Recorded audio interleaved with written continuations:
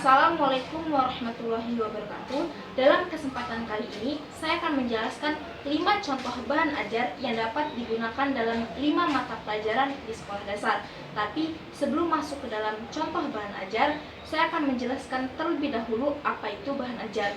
Jadi, bahan ajar adalah medium yang dijadikan sebagai perantara untuk menyampaikan materi oleh guru kepada siswa ketika mengajar. Manfaat dari bahan ajar itu sendiri adalah memudahkan guru dalam menyampaikan materi dan juga memudahkan siswa dalam penyerapan materi. Baik, kita akan masuk ke dalam contoh bahan ajar yang pertama. Bahan ajar yang pertama yang saya akan contohkan adalah bahan ajar untuk mata pelajaran bahasa Lampung. Ketika kita belajar bahasa Lampung, kita tidak hanya belajar tentang bahasanya, tetapi juga kebudayaan Lampung. Maka guru dapat menggunakan bahan ajar seperti yang ada di samping saya ini. Jadi ini adalah poster atau foto yang di-print lalu ditempelkan mengenai geografis dan alam Provinsi Lampung. Dari peta, pakaian adat, hasil alamnya, tempat wisatanya juga ada di poster ini. Jadi ini bisa dijadikan oleh guru untuk menjelaskan materi tentang geografis dan alam Provinsi Lampung. Dan ini juga bisa dipajang di dalam kelas sehingga siswa dapat lebih mudah dan dapat selalu mengingat geografis dan alam Provinsi Lampung. Yang kedua, saya akan menjelaskan contoh bahan ajar yang bisa digunakan dalam mata pelajaran IPA di SD kelas 2. Dalam pelajaran IPA SD kelas 2 ada materi tentang sifat-sifat cahaya. Sifat-sifat cahaya itu antara lain adalah cahaya bisa merambat lurus, cahaya bisa memantul kembali, cahaya bisa dibelokkan atau dibiaskan. Nah, dan masih banyak lainnya. Dalam kesempatan kali ini saya akan menjelaskan tentang bahan ajar atau media yang bisa digunakan untuk membuktikan atau mengajarkan bagaimana cahaya itu bisa dibelokkan.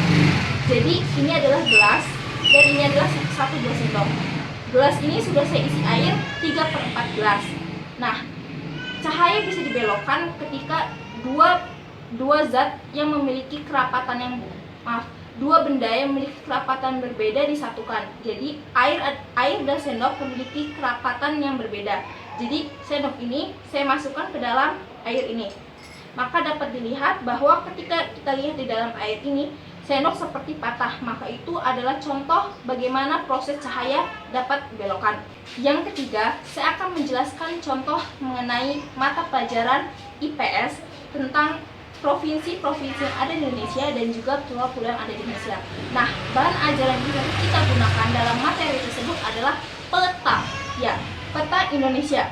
Di sini, ketika kita hanya menceritakan Indonesia memiliki 33 provinsi, memiliki 5 pulau besar, itu hanya menyebabkan siswa akan berangan-angan seperti apa pulau itu mereka tidak tahu. Maka guru dapat menjelaskannya menggunakan peta. Di dalam peta ini sudah terlihat gambar dan juga tersebar provinsi-provinsi. Dan juga di belakang, di dalamnya ada provinsi-provinsi terbagi, provinsi pulau-pulau yang menjelaskan tentang provinsi-provinsinya, tidak hanya pulau-pulau besarnya. Nah, guru bisa menggunakan atlas sebagai materi pembelajaran untuk IPS. Yang keempat, saya akan mencontohkan jenis bahan ajar yang dapat digunakan dalam mata pelajaran bahasa Indonesia. Dalam klasifikasi bahan ajar, ada salah satunya itu bahan ajar cetak dan juga bahan ajar cetak itu terdapat lagi variannya. Salah satunya adalah handout atau artikel yang di-print seperti ini.